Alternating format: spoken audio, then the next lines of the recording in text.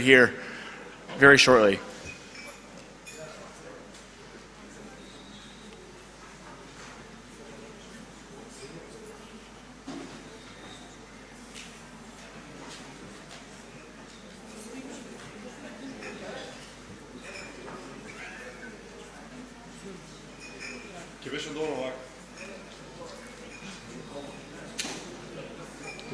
You ready? Okay. Well, welcome back, everybody, for the last session. I know it's been a long couple of days of incredible conversation and networking and a chance to meet a lot of people in the community. I'm excited for this last panel for a number of reasons. One, I think we've talked a lot about things that are going on in the country that can be better and ways to move the country forward in a lot of ways. And I think what's great about this panel is it's an example of people that have been noticed for their incredible work and the careers they've had to date, and also give them an opportunity to chat a little bit about what their plans are going forward. So it's my pleasure to introduce Alec Isev. He's got a big job at Google. He's also a member of the Board of Directors of Macedonia 2025. He's going to kick off this session and sort of end the summit. So Alec, take it away. Thank you, Kirk.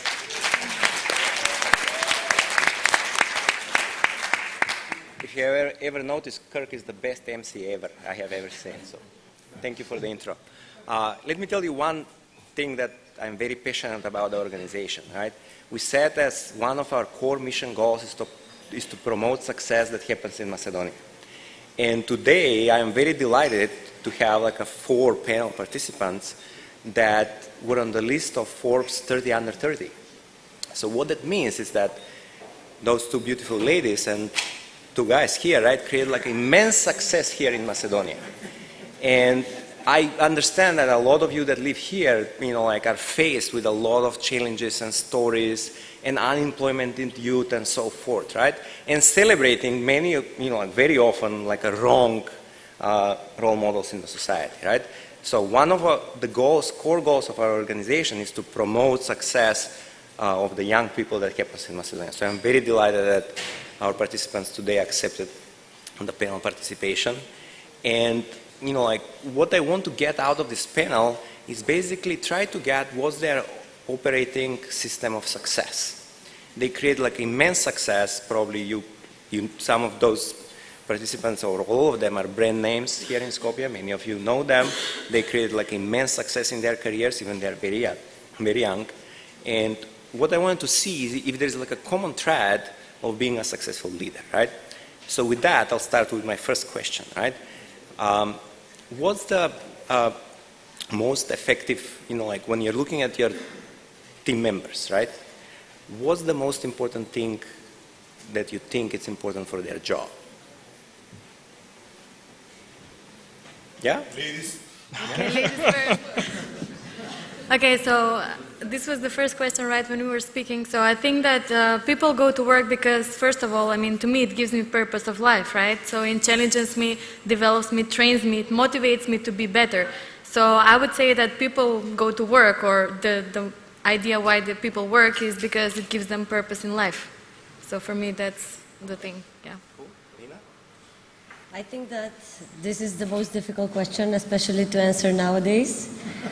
On one hand, we have the new generations who are getting bored very quickly, who have, let's say, high expectations.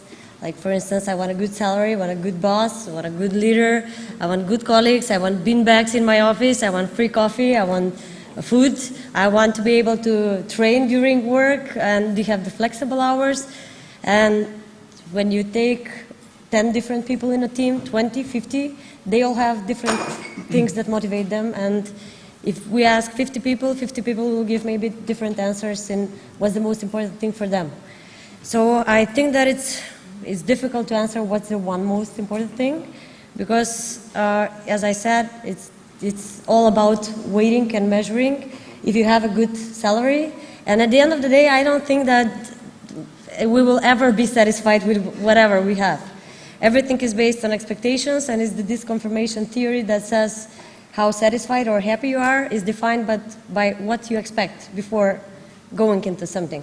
So I don't have any strict answer. If it's the good leader, if it's the good colleagues, if it's good working atmosphere, I think it's a mix of definitely lots of things. But if you had to pick one? I would say people don't live companies, people live people. Okay, So I would say the good leadership and the good leader. thank you. If I'm saying half jokingly, I would answer that people want a superior over here because there is tremendous lack of accountability that I'm noticing. So they want somebody to point a finger and say, but they told me to do that, you know. But that's half jokingly.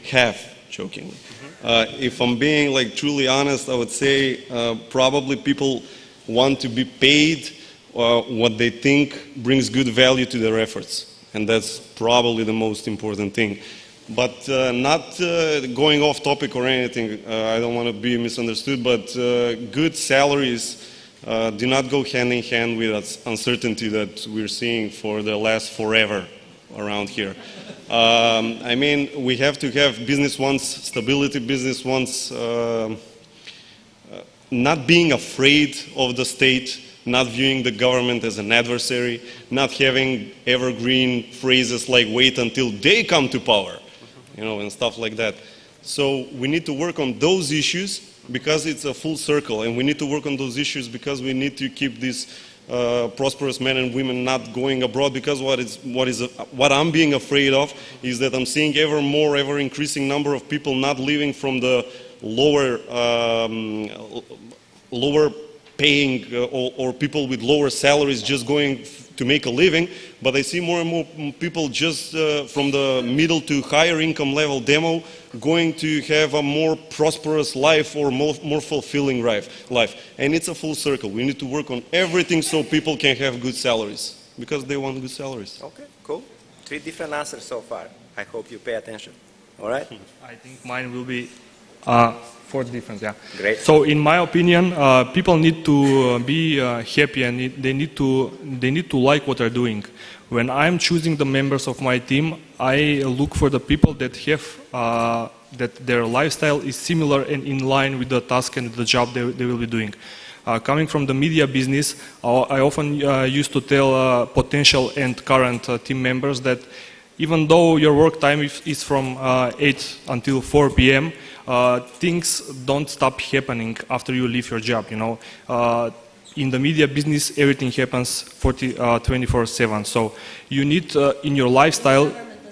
Yeah. So in your lifestyle should be in line with that, and it need to be your lifestyle following things that are happening around, and then use that in your job.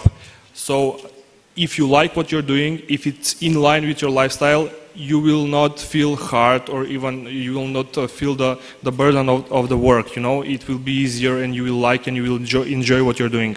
But if you just take the job for the salary, then it's most likely that minutes will seem like hours, and after the working day is over, you will feel exhausted and demotivated. If you like what you're doing and enjoy what you're doing, then after the day will go just like that, and you will feel even more motivated and accomplished at the end of the day. And I just want to add, salary is important, yes, but in my opinion, salary is not the one and main thing why people leave companies. Even if they have good salaries and they're not happy about it, it's most likely they will leave and try another thing. Okay, thank you, Igor. Yeah. So let's move to the second question, right? So let's move to the horizontals of managing your like partners and peers and the folks that you collaborate with. What do you think is the most important thing to influence your partners? Or to influence people, right, that don't depend on you in the managerial chain. People working for you, for example. So we can start the other way around. Yeah. Yeah? Okay. Yeah. You thought that you're gonna get a break. I try to accomplish this by being an example.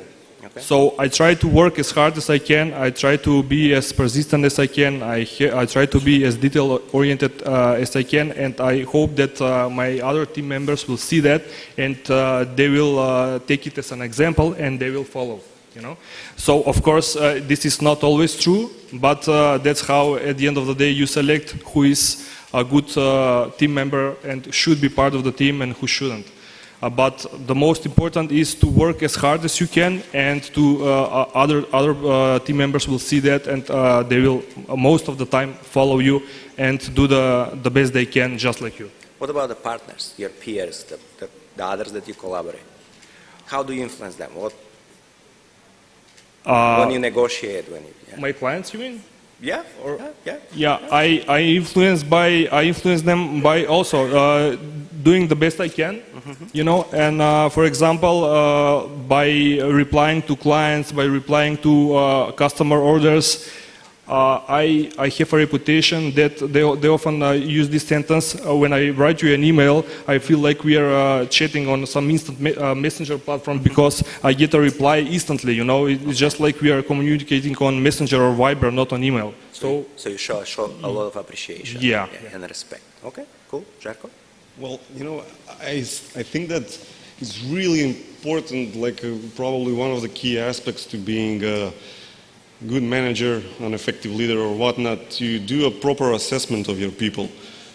Because not everyone can follow you in your footsteps or whatever, or not everyone can catch the bar that you've raised, maybe for them in particular, too high. And that is why you have to make really good quality assessment of the people you have in your team and have them at the right place. Because when people are in the right place, they're motivated by themselves because they like what they're doing. And if you don't like, to be honest, I'm baffled by the sheer number of people that I see who not only don't like what they're doing, they resent what they're doing. And still they are going to work every day, which is really, really mind-boggling. So I think that a key aspect of being a good leader is for you as a leader of the team to find each and every one spot where they will be happy with what they're doing, and then you will have no problem motivating them. Okay. What about your partners, your peers? Well, for example, I'm a managing partner with my brother, and what's keeping us for 10 years almost now together is that we really contemplate each other, meaning we're really yin and yang. Okay. Really different, but yet again really the same in the goals. Okay. So we're perhaps different in the approaches that we want to take to get to there, but we know that, okay, that's our goal. Now let's see what we can do. So 1 + 1 is 6 for you in that relationship. Even neither. Okay. Cool. Thank you, Nina. I think that those answers were more political answers than mine will be. I'll try to get to the point and you're a politician. And actually now it's how your question was effectively. What's the most important thing in order to effectively influence people, right? Yes. You know the new term growth hacking. There is a very interesting book that is called Brain Hacking Your Employees for Their Own Good. Okay. And actually it says about particular techniques on positive motivation and positive influence, of course. I think that it's the most important thing is to being able to be a good listener, but to be able to listen what hasn't been said, to be able to see what hasn't been precisely, visibly for everybody done. Because that way you will see what's the hidden triggers that certain people are influenced by certain actions.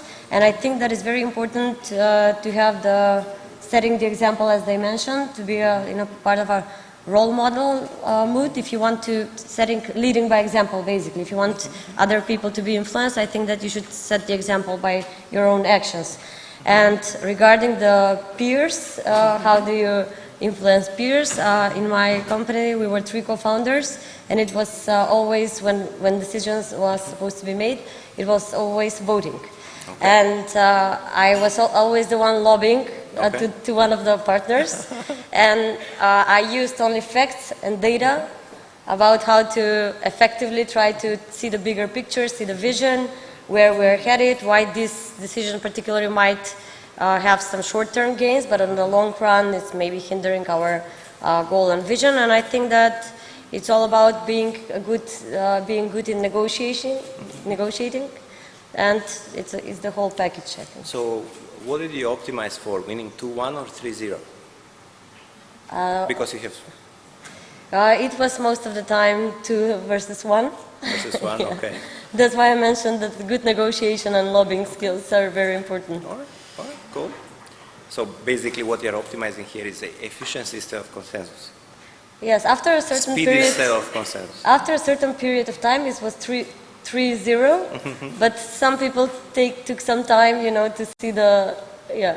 Okay, cool. Thank you. And what's it Ariana? like in the government?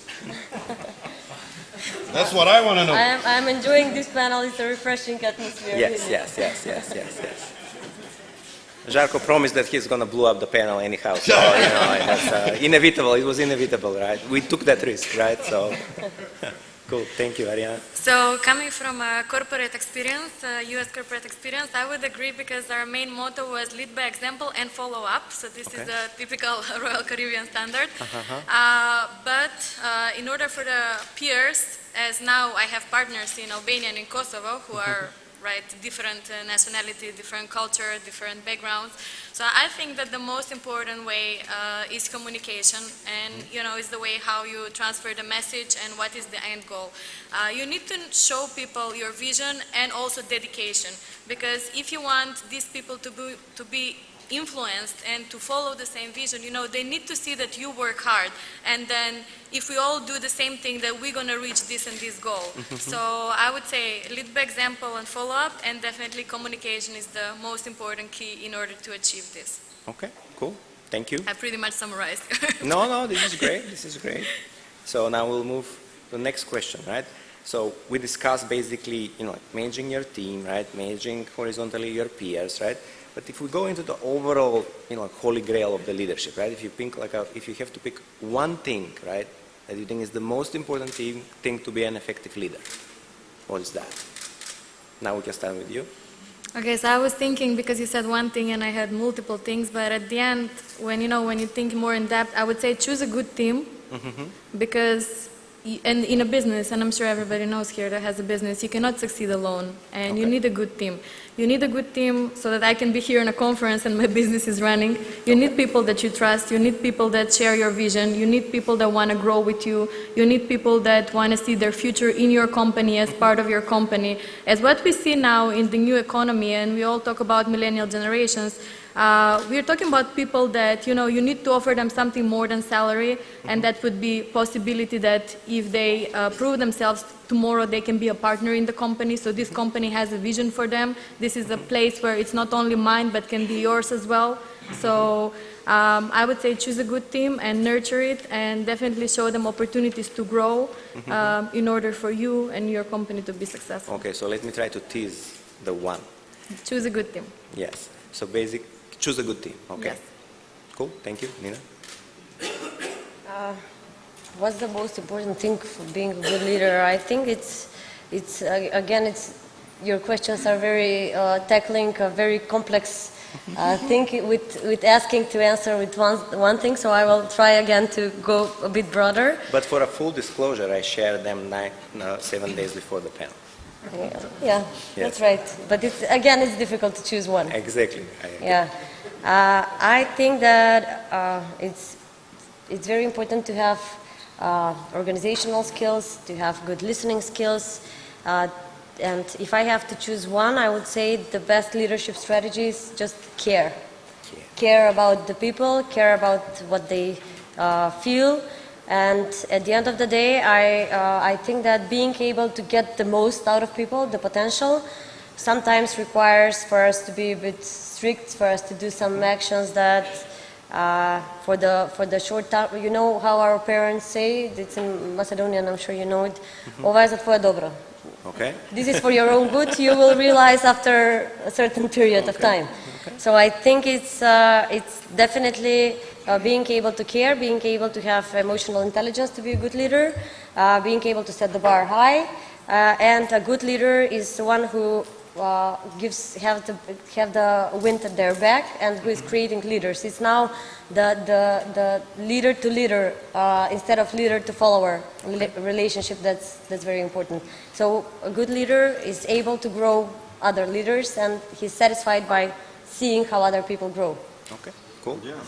I Amazing. agree with that. You really have to be, first of all, a person and then a superior or whatever, or a chief of the team and whatnot. And I would also like to add probably like one thing in my experience of being in the agency and previously on an executive position in A1 television, which was really wonderful, and I was really a young character. I didn't know too much then, so I learned from my experience in A1 television later, if you can imagine that, yeah. But if it's one thing, it's being able to get in the mud together with the team, again and again and again and again, and learn your team, being patient with them again and again and again, and then some more, without showing any frustration or weakness. Okay. Cool. Thank you. Igor? Definitely by being a good example. Okay. Definitely. So if you work hard enough and they see you, what you're doing and how hard you're trying, it will inspire them and they will follow. If you don't care, if you are rarely in the office, and when you're in the office, if you don't do hard work, they will say, if he doesn't care, why should I? You know, and that's the recipe that will blow up your company, and you will fail. But if you work hard enough and be a good example, you will inspire them, and they will follow. Okay. So by the way, you know, like here we have like a 4 hits. Google did like amazing analysis of what are the most important skills for being an effective leader. So folks here hit like 4 out of 7. So that's like mentoring and growing your own people, right? Then, you know, caring for your own people. Then rolling up your sleeves, right? And basically getting into the details, right? So basically, it's amazing how a random, you know, like selection of people that it really demonstrates the success that those young people made. As Simon Sinek says, you know, he says that a good leader is someone who people voluntarily want to follow. Yes. And a manager maybe is someone who you have to follow. Exactly. All right, cool. So we're moving to the harder set of questions. And they're maybe a little bit more personal, right? So we'll see what will come up. What's the most important thing for being productive as an individual and as a businessman? Should I start? Go for it. Yeah. So to be productive, for me, I have this method. I make 2 lists. One list is category of activities and things that make money, and the other list is activities that spend money. Give me that list. Yeah. So yeah, but from the daily or weekly or monthly activities. So I firstly focus on the things that make money. So this could be contacting clients, communicating with clients, communicating with potential clients, making offers, invoicing clients, and so on. So I always try and focus to first complete these tasks, and then if there is enough time to go on with things that spend money. So things that spend money would be everything related to the office and around running the office, running the people. Of course, this is not always 100% achievable. There are always some emergency activities and tasks that you need to complete ahead of this that will spend money. But this is the basic rule that I try to follow on my daily work. Okay, cool, great. I look at it from another perspective. Okay. To be honest, like most effective, most productive, right? Most productive. To be most productive, you have to devote time for yourself outside of the business. Okay. For sure. Great. Because you can really easily get bogged down in the 24-hour cycle of not having enough time for anything. Okay. Really, really easily. Great. I mean, honestly, like I managed my company with my brother, and we were working in the past when we were just 3 people for 10 hours a day, every day. Now we're at the point where we're one of the biggest independent shops in the country, and we have to work 11 hours a day. Okay. Now. All right. And it's really easily to get bogged down in the I have no time for anything. So for me personally, I'm most productive when I just set aside 2 or 3 hours of the day and just meditate. Decompress. And do nothing. Okay. Great. Nina? I would say productivity is about creating value, adding value, which is not always related to making money, but it's about adding value, and money are results, not maybe key motivator. And I would say that productivity is never an accident.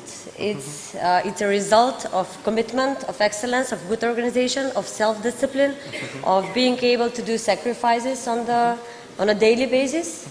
And I think it's a rare thing to, when I speak now from the position as a member of the government, I think that one thing that our country is struggling is to increase productivity, actually. Okay. And that's why we are constantly speaking about investing in human capital.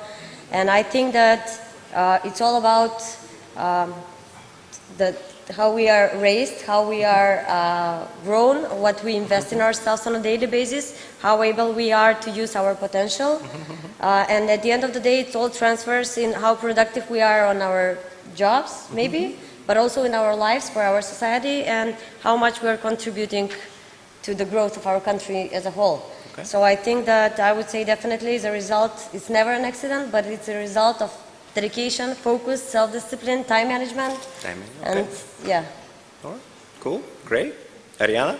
Yeah, I think that first we have to define productivity here, because we have different opinions. So what is actually productivity? Are we looking at it from a business perspective? Is it a rate of output per unit of input?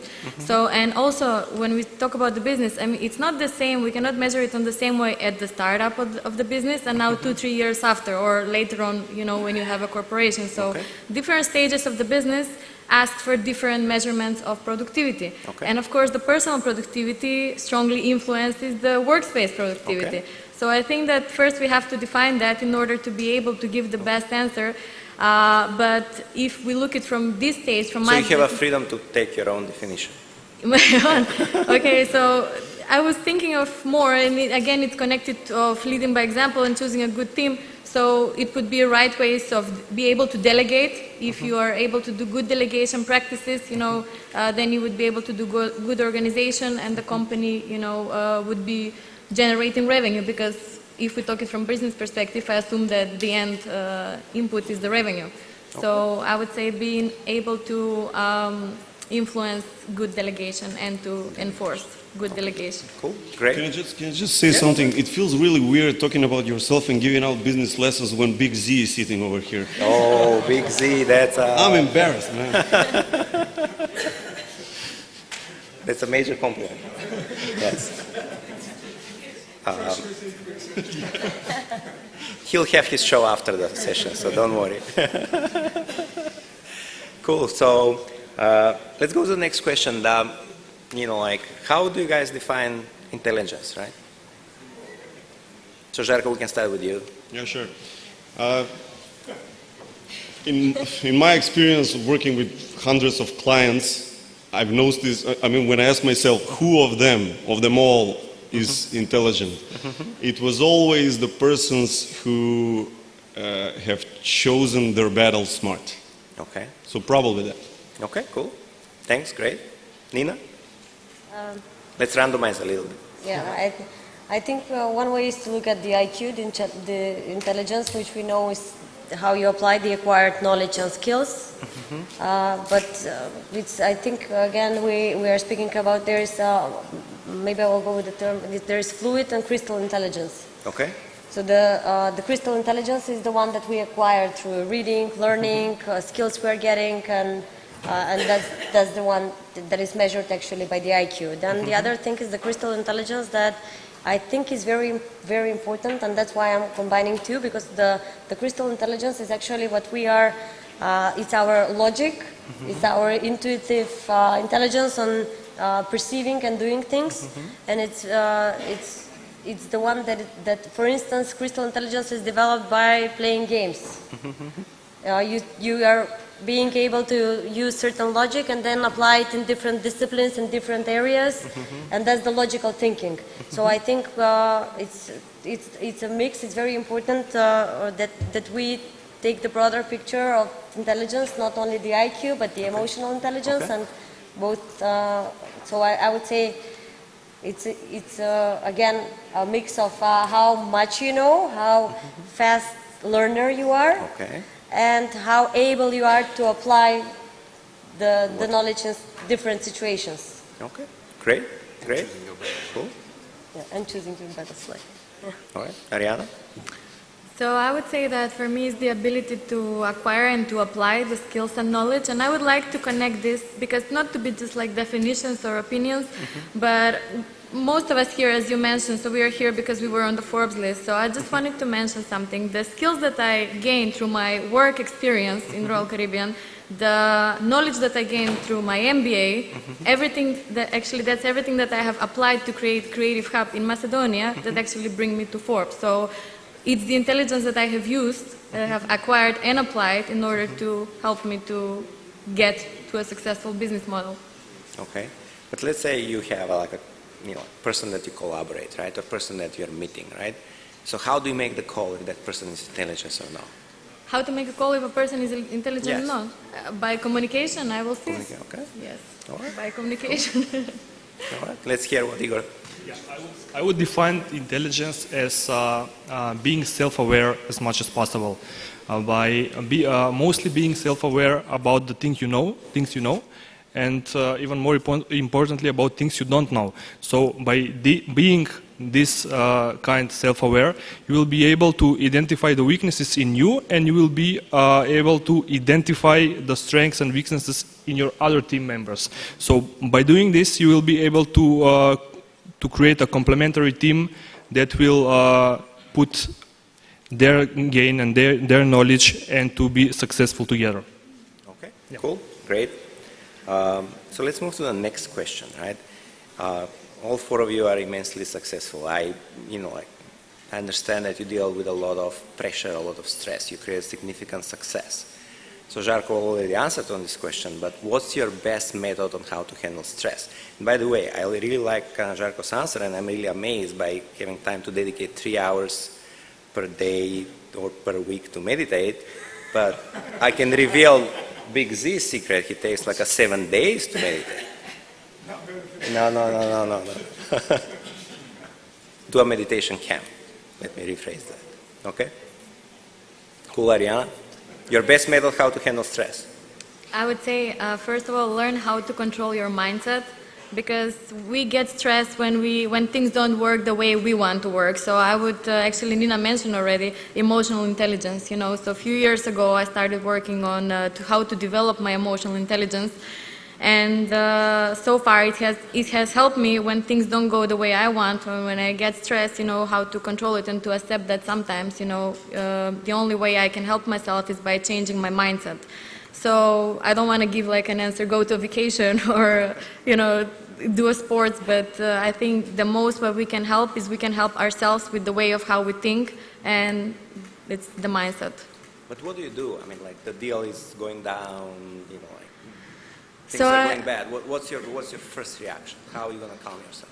I sit and I see all the possible ways how we can get where we want to be. So, yes.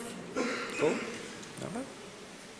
You want to answer again? Yeah, it takes what you're saying. I mean, I got to that idea through hardships and through not very pretty things. So it wasn't something that I wish I knew this long before, because I wouldn't have suffered in many ways, and my private life wouldn't have suffered in really stupid ways, bad ways. So you really should learn as soon as possible that there's always tomorrow, and not everything has to be settled and be done exactly at the moment. All right, cool. So that's 2 answers for you. We have to make you pick. Check. Check. Okay. Cool. Nina? I think the word best method and stress don't go together. Best and I would be very simple. I'd say running is the best thing to get off stress for me, or doing any other sort of cardio exercise. But I think that in time the threshold for handling stress is constantly increasing. We are living in the fastest world than ever. We have so much data, so much contacts. I'm sure I have 120 messages right now while speaking at this panel. And these all situations are creating certain, let's say, not rush, but on a daily basis, a certain dose of stress for every one of us. And as time goes, we learn to handle and cope with all these different things that yesterday this was maybe a stressful situation, but tomorrow it's totally different think and we say, oh, that's fine. So I think it's maybe more important the perception of stress and the capacity of the dose of stress we can handle by not being so stressed. Okay. But a simple answer would be for me running and sports, definitely. Okay. Running, meditation, cool. Yeah. What else, Igor? I have one small, medium-sized document that it's called Things You Should Be Reminded of When You're Feeling Stressed, Down, and Demotivated. In this document, I mostly open and fill it up with everything that felt good in some certain moment.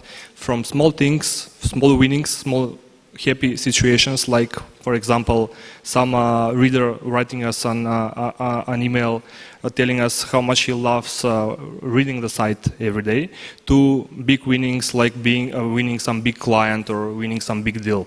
So from time to time I fill up this document, and every time I get in a situation where I feel stressed, demotivated, that everything is going down and I don't know how we're gonna get over this situation, I open this document to remind myself that I have so many good moments doing this, and I should not Žarko is. yeah, Yes, and this yes, should be not used paying to motivate me again and to get me back on track, that I will overcome this as well. Okay, but from your document, right? What's number one? You have a list, right? Yeah, it's the list is not in some ordering list we put you by on the importance, spot now. but yeah. We put you on the spot now to order and pick one. To pick one, I remember the time the first time the biggest client, Makedonski Telekom, called us and decided to put an advertisement on our website, and it was like we were celebrating and jumping in the office, like, yay, we won the biggest client in the country. And the next week, VIP called us, the other biggest telecom provider in Macedonia. What's going on? We are going to this business looks like is going to work, and we will start making money. So, yeah, this is the one biggest moment that I remember. So you remind yourself of the success that you had in the past, and that calms you down. Okay, cool. That's great. So let's go to the last question, and then we'll give some time to the audience. How do you guys define happiness? Let's go. Me personally, it's knowing that there's no such thing as being unequivocally happy. Okay. Because I'm kind of a glass half empty kind of guy. Okay. And that's not bad per se. I mean, there's always something to be done for it to be better, more efficient, more effective and anything. And even when we were on the plane back from the under 30 ceremony with Nina, and she knows this, of course, I told her, like, don't expect people to applaud now or congratulate you. And she was like, what? Everybody will congratulate us. What's wrong with you? And I'm like, no, people are not that. And I admire that positive thinking and tenacity with Nina.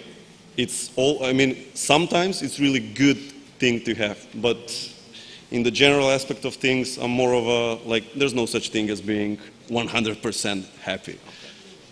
All right. So let me try to boil down to see if I got this. So basically, are you heading towards, I'm having my expectations of looking at the glass as a half empty or a half full? Like, nothing's ever done in a way that satisfies me. Okay. Which is bad, but it is what it is. Awful.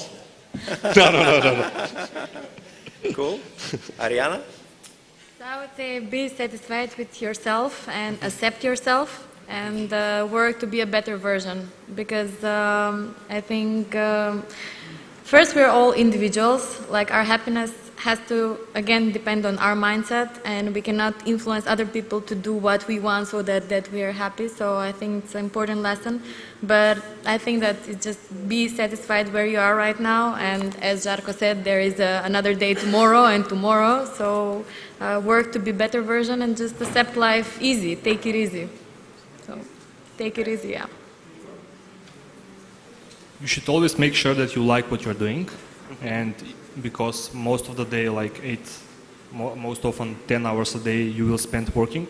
If you like what you're doing, you will be happy. If you don't, no matter how much money you make doing it, you will never be happy. Okay, cool. Nina? I think expectations again define happiness. For instance, I think that there is a certain dose of temporary happiness, like you want to get promoted or you want this thing to happen, and it happens, and you're for the moment like happy, yeah, you have the dopamine, yeah, and then after 2-3 days it vanishes, and now I'm not happy, and now I have to achieve the next thing, and the next thing, and the next thing. And for me, I would say that happiness comes from solving problems. Wherever we go, there will be a load of problems waiting for us. The point is to find the problems we want to solve in our lives. And each problem solved is a new dose of dopamine, a new dose of happiness. So if I'm solving problems on a daily basis that I love solving, that I enjoy solving, I think that that's what makes us happy, because that's how you keep this constant of, yeah, I solved this puzzle, and or the next thing that there will be.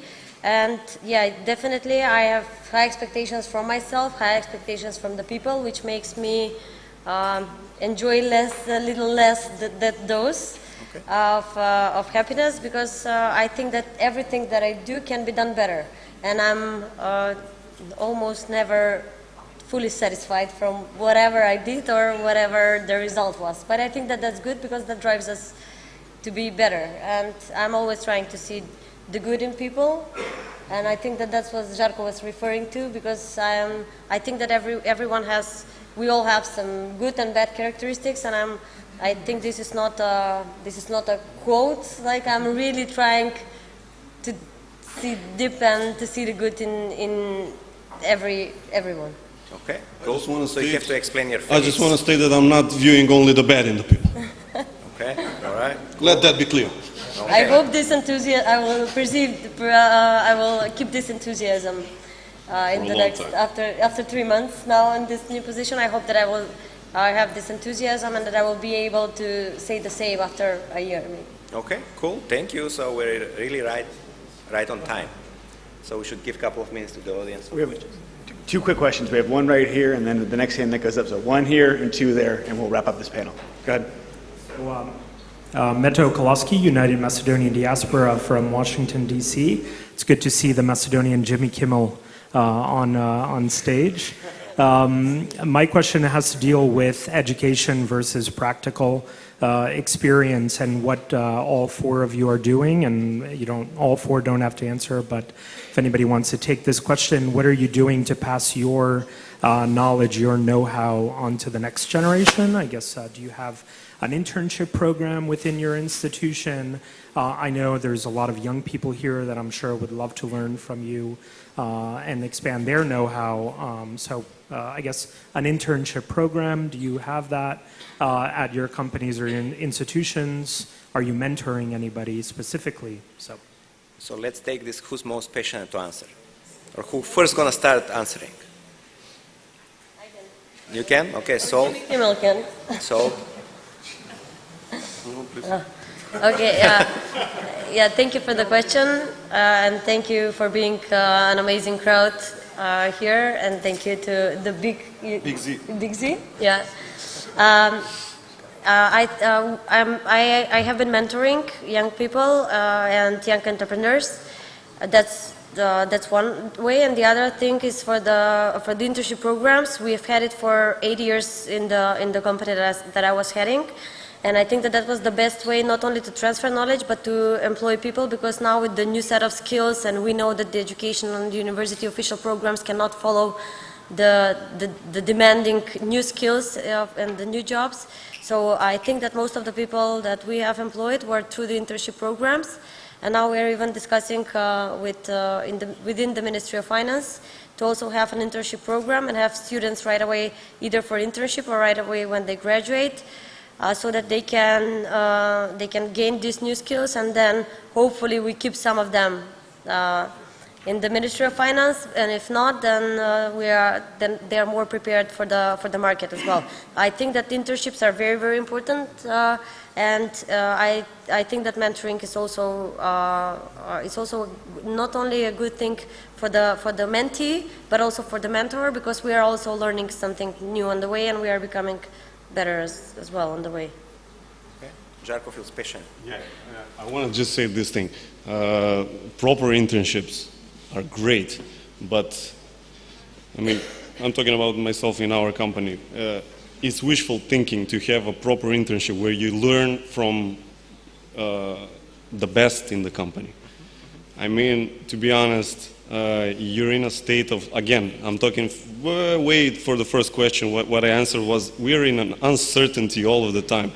And that's especially in the private sector, in marketing agency sector, that's especially viewable when you grow to a certain level of being able to, I mean, being an employer of more than 20 people, you're in a survival mode. Because you've grown so big that you really have to, you're really hungry for huge clients just to keep this thing up. And you literally have no time to teach somebody from scratch. And of course you can have internships, but not, I'm against having internships just to check the box of I'm having internships and whatnot, and they're just sitting in the corner doing nothing.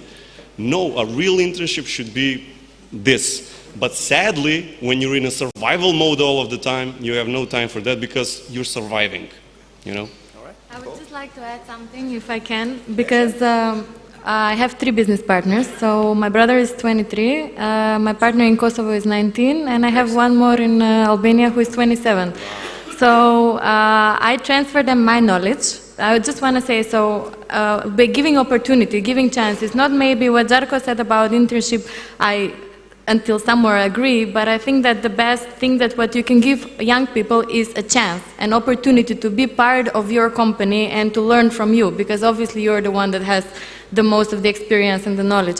So I think that not only internship can be a solution, but maybe giving also chances to people to be potential partners, equal to you, to learn from you, and then later on you'll be able to delegate and again get good reward for your company. Okay, great. I'd like to share a success story with internship.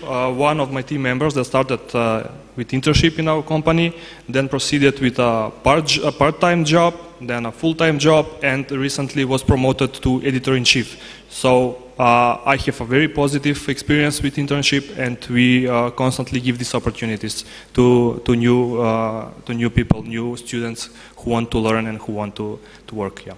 Okay, great. Kirk, one more question? Or? One more quick question. Yep, right back there. Okay, Zoran Ivanovsky. I told Jarko Dimitrievski yesterday I will have a question for him. I bet he didn't believe that. I would have been disappointed if this hadn't happened. I believe that not many people really understand how serious business it is to make jokes in the show business. I read something about Jerry Seinfeld and his way of producing jokes on a daily basis. The big calendar there. My question is, you received a recognition from Forbes. It comes from a very distinctive place. It's a personal question. How did it affect you down there somewhere? It must have leave some kind of mark about a personal value, about the perception of how you proceed later on with your business.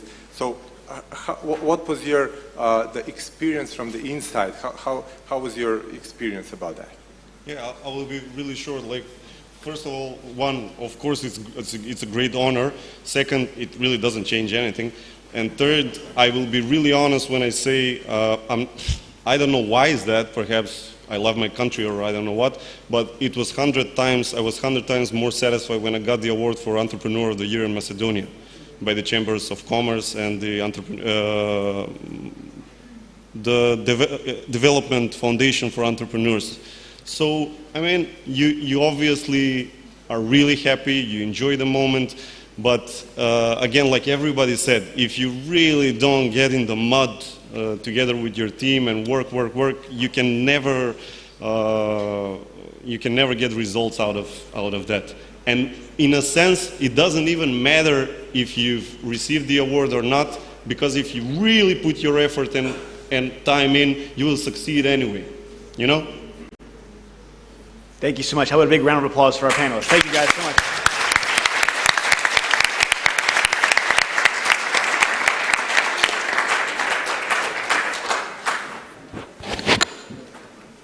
Everybody stay seated. We'll be up 1 second.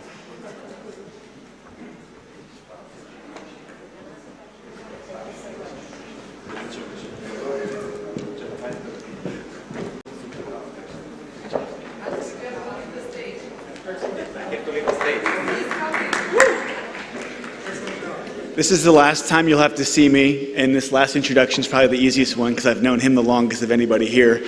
But it's my pleasure to introduce one of the co-founders of Macedonia 2025, also my father, Mike Safrowski, to help close remarks for the summit. Dad?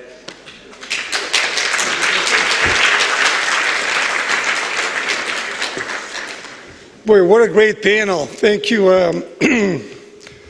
30 under 30. I did prepare some comments for this close. I did not want to get carried away last night. But first of all, I do want to say what a fantastic conference. This is my 8th one, and I think I probably have missed 45 minutes in all 8 years, 24 days. And I have to say that this has been the best one. So Anna Arsov is the organizer. Thank you very much. It's a fantastic job organizing the panels.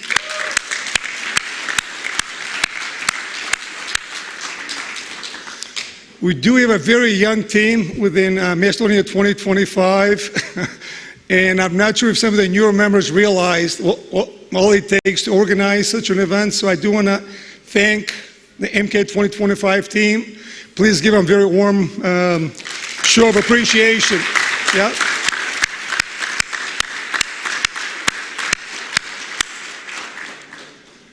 We had 75% of the speakers are Macedonian. We have said each year we're going to do more and more Macedonians. 75% of the speakers are Macedonian. More than 50% actually live in Macedonia. And exactly, we did not measure it. This was not on purpose. But exactly 50% of the speakers were women. So really nice balance, and we keep getting more and more balance in our approach. And I think for the first time, we are pretty much on time. Every session, all panels are on, so Kirk and all the speakers, I want to say thank you. Koji će reći na makedonske rabote, we're doing well. And I will not close the summit. The new chair and the new CEO will do that, so it's also a nice change. And I do say how impressed I am with both of them. Vera Stavrov is one of the best businesswomen in the country, a huge career in the U.S., working with some of the biggest brands in the world. And also for the last 15 or so years has become a major exporter of alkaloid and tea products into the U.S. And she has a really nice way of being very cohesive, works well with everybody. So it's been great to have you as our 4th chair for MK 2025. So Vera, great to work with you. And Nikita, I mean, she came as a CEO February of this year. And I have to say that in the 10 minutes she gave yesterday morning, I mean, there's by far the best and most succinct summary of what Macedonia 2025 stands for, what our ambitions are, what we need to do. And I'll quote Nikita, she said she liked a line from last year. This is the line we had used actually from Heritage Foundation. I repeated that line. It's not whether the country is going left or right, but whether we're going up or down. And she quoted that, and she also added a comment, it's not only if we're going up or down, but how fast. And she added another line, which I loved. So she said, fast, eat the slow. So what's on the equation would we want to be? Big comment, right mindset. And Nikita, I can tell you on behalf of the board, and I'm sure all the people here, one comment is be careful what you ask for.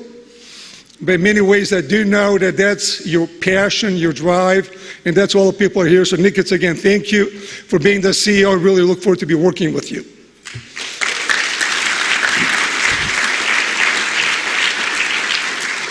In the next 15 to 18 minutes, this should be pretty ambitious, but I'll try to cover three things.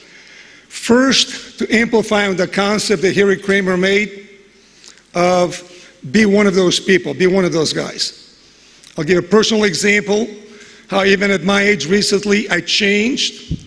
But it's really not only, this is only an example for you to reflect on your career, whatever you may be doing, whatever you want to pursue going forward. And again, hopefully this will provide motivation or never to stop settling or to think that somehow you cannot pursue your dreams. Second, I will make a couple comments on MK 2025. They'll be reasonably short. And last, I'll make a couple of comments on Macedonia. At least what I see, the opportunities, but also the very significant risks. I think the panel earlier today, on the environment, there was a quote, somebody was quoting the Rolling Stones, the song, "We Have Time." And actually, I don't think we have that much time, so I do think the level of urgency is so critical for us to be addressing the issues and the opportunities. But first on the concepts of we're one of those guys. My mission statement for the last 25 years has been to help build values-based leaders and organizations. I believe in it. I try to live it every day. And a little background, epiphany in the latest status, if you will, in the reinvention. I had always felt that well-run businesses are a true gift to society. And you heard from the young people a few minutes ago, providing purpose to your employees, dignity of work. Also, great companies provide solutions for society. They provide the tax revenues to run the government. So still believe that to the last bone in my body. And people may ask you, what's the definition of a high values organization? And this applies to academia, colleges, universities, government. But there's four pillars. One, high values. Always starts with integrity. Second, high expectations. It is difficult to motivate and inspire the people around you unless you have the high expectations. And not necessarily to be the biggest, but there's really no reason not to be the best. A real commitment to people development. And I appreciate Žarko's comment on you may not have time to mentor, but do think real great organizations try to provide an environment where every single employee can feel that he or she can fulfill their career aspirations. And there's such a war for talent nowadays all over the world. Unless you have that environment, it'll be very difficult to be able to recruit employees. And last, and certainly very important, concept of meritocracy. For people truly to believe there's a sense of fairness in a good job, if you have high values, if you have high expectations, if you deliver results, if you mentor your people, they'd be recognized and rewarded. So 3-4 years ago, I thought I had a dream job.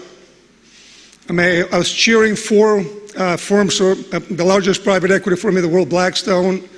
I was involved in 3 or 4 major not-for-profits, including MK 2025. Probably have 40 or so mentees. So really thought this was a perfect way to finish the next 20, 25 years, God willing, however long I live. And the epiphany came, 2 things. One, I went through a course called Halftime Institute. And the question there is that, whether you live 15, 20, 25 years, what is the perfect life matrix? What is family, faith, business, not-for-profits, personal? It's a very simple question. If that's what your perfect life matrix, are you doing the kinds of things now that you're going to feel good about 20, 25, 30 years from now? So there's part of the epiphany. The other one, I had a very significant success within Blackstone. I had taken a chairman of a company that was being viewed as not a successful investment, and Blackstone is looking really forward to move on that investment as quickly as possible. Within 2 years, we took over as a company that was losing market share, profitability, employee morale was low. Within 2 years, they became one of the best businesses within Blackstone. We went from $1 billion to $2 billion revenues, $100 million profit to $300 million, We started a leadership institute at the University of Barcelona. We had 16, the most promising young managers. They had gone through any wall. And we were supposed to go public Q4 2016. Then all of a sudden, I mean, as you may know, private equity firms never go public if they can sell the company for a big profit. The company is sold successfully. Everyone is really happy. I made a reasonable amount of money. And as opposed to getting each other high tens, actually left a very empty feeling. So you put 2 years, there was a last month, I actually remember writing Christmas cards to the management team. We think we could be the next Dow Chemical, we could be the next DuPont. And all of a sudden the company sold, and nothing is private equity, nothing against the acquisitions. But say if I want to work and mentor, I'm not sure if I want success to be defined for the company from point A to point B. So there's the epiphany. I'll make this very short for the ZAV group. To say I can be on the sidelines to say I'm rich but unfulfilled. To say if I know better, and there was the epiphany, if you will, the genesis for starting the ZAV group 3 years ago. To say we want to create a portfolio of businesses, 3 or 4. We're going to acquire those from family businesses that do not have a succession plan. And the goal is 20, 25 years from now to have 4 businesses owned by the ZAV group, for us to be keeping those businesses in perpetuity. So again, the epiphany was, if you have a vision, if you have a commitment, are you going to stay back or are you going to try to motivate yourself? We bought 2 companies, not very big, 200 million revenues right now. 2 of the boys, Kirk and Todd, are working for me. I'm hoping to get a 3rd son and Robin to join. We have 4 grandkids. Hopefully at some point in time they'll be joining the family business. But that really is just a perspective. Whatever your ambitions are, don't give up on those. And again, I remember my days at Motorola and General Electric. I love decentralized businesses, and I love areas where if you really believe businesses are a real gift to society, where you pursue high values, high expectations, real commitment to people developing meritocracy. So that's what we've been doing. I have no idea if we're going to be successful or not. What you don't want to do, finish your life into a thing, could have, would have, should have. So again, if somebody was to ask you in the elevator, they're going to give you a 10-minute time to summarize what your ambitions are. And if you're working toward making those ambitions true, what would your answer be? If you don't have it, I'm sure I certainly did not have that for many years in my life. Again, the challenge to each and every one of you is to go back and reflect, what would you do? So anyway, this is and again, as Harry Kramer would say, you're one of those guys. You can change your trajectory, you can drive your dreams, and you're never too young. We saw 4 great entrepreneurs, business executives. Look at me, you're never too old to start saying, look, I can take whatever my current situation is, and I'll be moving forward. So that was point number 1. You're one of those guys. You control your destiny. You have much more opportunity to do that than most of us think. Second, again, not related directly, MK 2025. I believe the last body in my body. Right mission, right objectives, good progress made the last 10 years, but we can and we must do much more. We have a simple objective to help build a stronger nation. So I'm not going to go through the 5 objectives. Again, Nikita has done a better job than any one of us in the last 10 years summarizing succinctly the 5 objectives, including the dashboard targets. And sometimes they may look complicated. You have the economic indicators, you have the growth enablers, but every one of those is driving one thing, quality of life. And whether that's growth, I mean, it's good to see 3.5% growth in 2019, better than 2% the previous year, or 1% or the year before, but it's not good enough. I mean, our quality of life at 35, 38% of Europe is not where we want to be. We've improved 2-3% in the last 10 years, but it's way too low. So the whole concept of driving FDIs, driving exports, driving our perception of corruption, reducing the gray economy, those are imperatives for us as a country. And I'm confident that with Nikita's leadership, we cannot do many things ourselves, but through partnering, influencing, and running certain programs directly, much greater results can be achieved. Together, I'm sure that we can, and we must, and we will become much stronger. Let me finish with Macedonia. It's a reality check, number of real positive things. Some of the panels we heard today, I was inspired. I was great that the coach put me in. I want to be part of those teams. But it's also some real challenges. Let me start with NATO. Significant step forward. We're still not there yet. But I can tell you, I've made so many sales calls on behalf of Macedonia. Whether we're a member of NATO or not was always a big deal.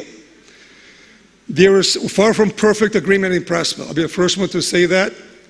But there was a paralysis in this country for the previous 12 years. And that's behind us. And how we move forward is going to be a big predictor if Macedonia will be successful or not. The EU accession talks, painful, unfair. It's very frustrating. But I do believe, I'm the eternal optimist, that virtually all of Europe and the world is pushing for Macedonia. Yes, France, for whatever reason, they decided to delay the process. I'm cautiously optimistic that that is going to change sometimes early in 2020. But lots of the issues we can control as a country ourselves, including on the perception of corruption in implementing the other structural reforms. Taxation, going back to the flat tax. You can argue if a mistake was made in the first time. Again, I'm looking for being very pragmatic.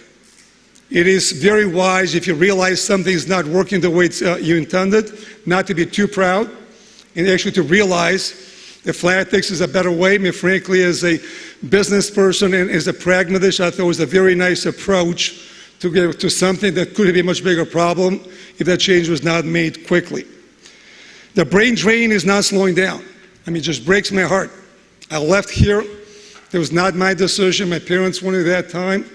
But many people now, young people, are leaving on their own. That brain drain is going to have to stop. It has to stop fast. And the polarization in the country, it is very painful to see. It's not only here. Look at Hong Kong, Venezuela, Bolivia, Lebanon. You can see what can happen in society if there's not some sort of a unity and a common vision to go forward. We're doing a better roadmap. There's so many positives in the country, as I said. Not anymore to see all the success stories which I've seen. SMBs, financing is getting better. The family businesses. I was thrilled to see all the family businesses up here. The leadership programs. I can tell you, every single Macedonian executive that goes to Canada, the Schule programs, that goes to Kellogg, the feedback from professors, from other executives from all over the world, says, my goodness, the talent which we have in Macedonian leaders is unparalleled. They contribute. The high school competition of the entrepreneurs. I stopped only, unfortunately, for an hour. There's talent, there's passion, there's a need and a desire. So I do think the bottom line is there's imperatives for several national platforms. And I don't think we have time. I'll use Israel as one example. Their political parties there arguably are even more vocal than our political parties. There's a left, right, there's a minority, there's a fundamental organizations, but they do have a couple platforms. Security never comes in question. Their commitment to exports, their commitment to innovation, their commitment to corruption. All the parties, all the businesses, all the universities, there's a common platform, common commitment to move forward as a country. And you can see what has happened there in the last 60 years. I know elections are coming up, there can be paralysis. People are going to wait out who's going to win and what's going to be said. That can be devastating. And I don't think we have that sort of a time for us to say, well, let's see what happens. It's going to be 3 months, and then for whoever is the new government may take 3 or 6 months to come up with a policy. I don't think we have time for that. There's not a single solution, I do not believe, but in the whole context of you are one of those guys, I think every one of us can look deep inside what we can do. I'm also going to put MK 2025 in the same place, if you will. We've had lots of progress in the last 10 years. I do think there's the realization from more and more people I speak with that some sort of a common platforms are required.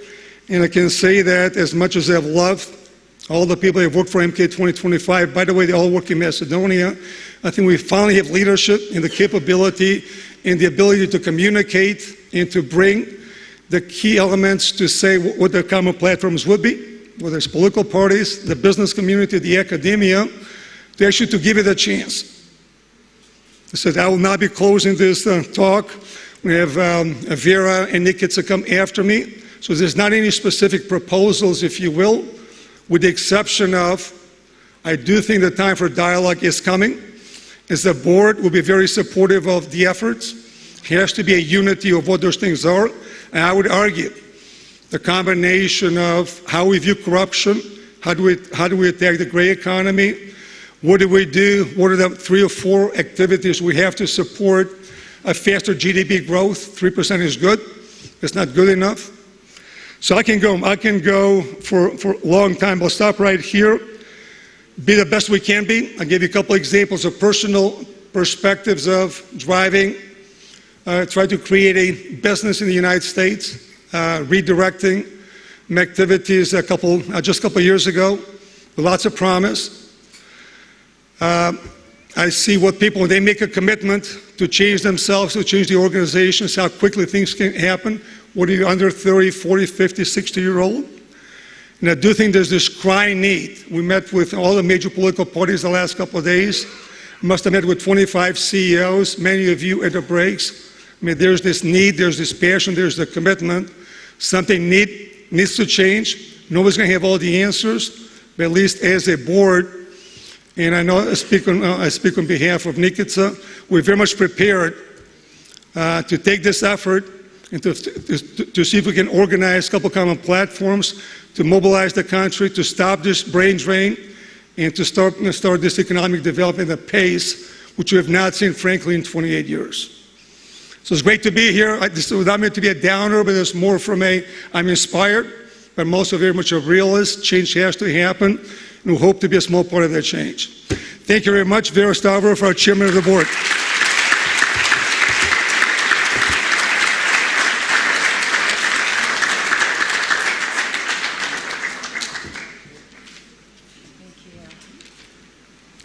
Mike, thank you so much for that wonderful summary. Добър ден на сите.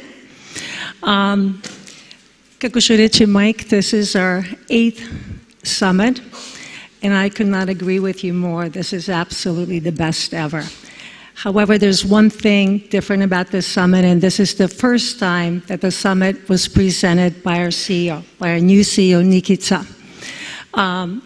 Nikica, we are thrilled to have you on our team, and we're very, very fortunate to have you. Thank you for all that you do for us.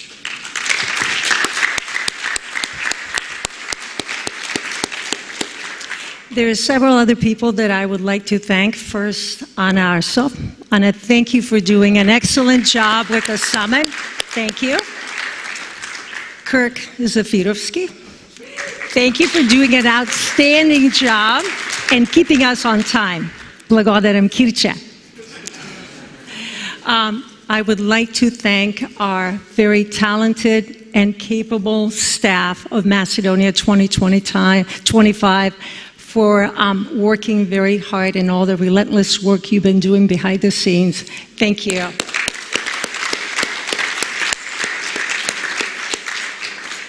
And lastly, I would like to thank all of you for being here to discuss several topics of critical importance for our country.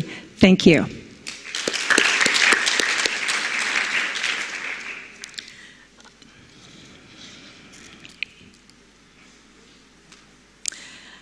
Listening to the presentations for the past several days, I was amazed of the amount of innovation and creativity that exists in Macedonia.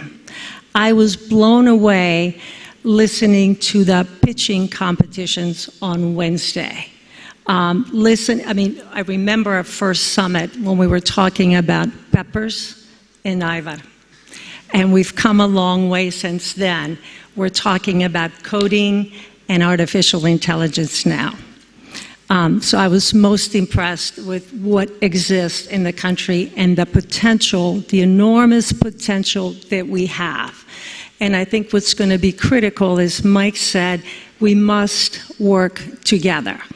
Government, business sector, academia, all of us working together, and there's no doubt in my mind that if we pull our heads together, we will achieve and make a significant impact to the economy of our country. So let's work together on that. 8 years ago, we held our first summit in one of my most favorite places in the world, Ohrid. After the summit, a gentleman, his name was Stale, from Givgali, approached me and said something to me that was so profound that it has stayed with me this whole time. And I think it's as relevant today as it was 8 years ago. And what he said is this. He said, God created this beautiful land that we call home. It provides everything that we need. God did his job when he created Macedonia. Now we have to do ours. Blagodaria.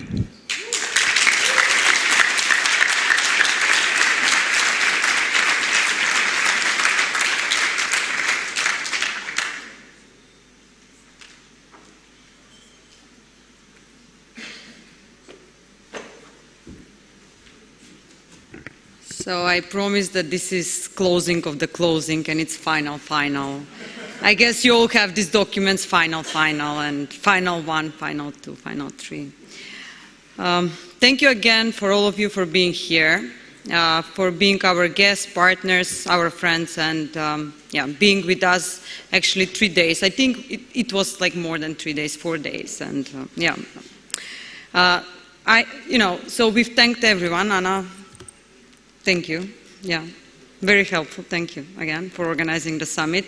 I would also like to thank the team. So amazing team. We were all stressed because there were changes in the office, in the organization. So we are rather new team. Some of the old members there. I must say that I also embrace that change because the team members that are not anymore with us, they're actually entrepreneurs. They started their businesses. So we flourish entrepreneurs, and some of them are here today. So I hope we will create or support many new entrepreneurs. So my role now is to summarize the summit. And when I mentor PhD or master students, I tell them the following: please go home, read, think, and then please come back to me, being able to summarize the topic of your thesis in 1 sentence. I call it the 1-sentence rule. And what happens is that they go home and they come back, and I'm prepared to hear this 1 sentence. And they're usually, wow, professor, it's too difficult, like my idea, my topic is so important. It's huge. I cannot really summarize it in 1 sentence. I'm like, go home, come back. So these 2 days, 3 or 4 days, I'm thinking how to summarize the summit in 1 sentence. You have to follow the rule that you preach. And so I will try to do that. And this is what I would say. We showed, or we have, many successful businesses, successful stories, and success in Macedonia. Let's multiply those. Let's support the others to achieve that, to come to that level. That would be the 1-sentence rule. And I strongly believe that Macedonia 2025 can be part of such an action, to embrace the success and to multiply the success. And I even think that we have capacity to lead this action. And certainly we have resources, and certainly we will lend the resources Resources are our board members, resources is diaspora, resources are all our alumni, all our kind of users of our programs in the past. So it's a big, big family. We managed to create partnerships. We managed to intensify these partnerships, and being here in a full room with very successful persons, influencers, these are the persons that will make the changes. But we need more. So we need more. There is a lot of work ahead of us. And I completely understand that as an organization, we also have to be very strong to attract you. It's kind of supply and demand. It's how the matching happens. So we have to become stronger and then also try or manage to attract you. But I also believe that our mission is very, very strong. It's what I call its ideology. Help build stronger nation. That is ideology. It's ideology-free organization, but the ideology is to help create a stronger nation. On a very personal level, I'm happy with the progress we've made since February, since I stepped into the office, where I became a chairwoman. And, I know that the board will give me feedback, and they already gave feedback in front of all of you. More probably is to come by the end of the year or beginning of next year. And, I may even get a bonus. Who knows? But the summit, the people that showed up here, and the discussions show that we have new partnerships. We certainly have. And we all want to work together towards building stronger economy and stronger nation. That is the mission of the organization. And for all of you that were here yesterday when we showed the dashboard, I think it's really something that you all would relate to, personally but also professionally. And I believe that it also gives the roadmap, the road where we need to go. And, we are satisfied, we are thrilled with the summit. I am satisfied. I really think that the team has done a great job. We received so many nice comments. Thanks to everyone who actually gave us this comment and feedback. But, with every nice comment that I would receive, actually my stress level was increasing. It was not decreasing, no. Yesterday I went home, I could not sleep. I'm a person that reflects. That is what I believe makes us stronger. That is what I believe teaches us how to improve ourselves. But I'm also a person that over-reflects, kind of many unslept nights because I just reflect and so on. So why I'm stressed? We raised expectations and we made promises. But we have to deliver. So Monday will come, and then we go to the office, we go to work, and then we have to deliver, both me and the team.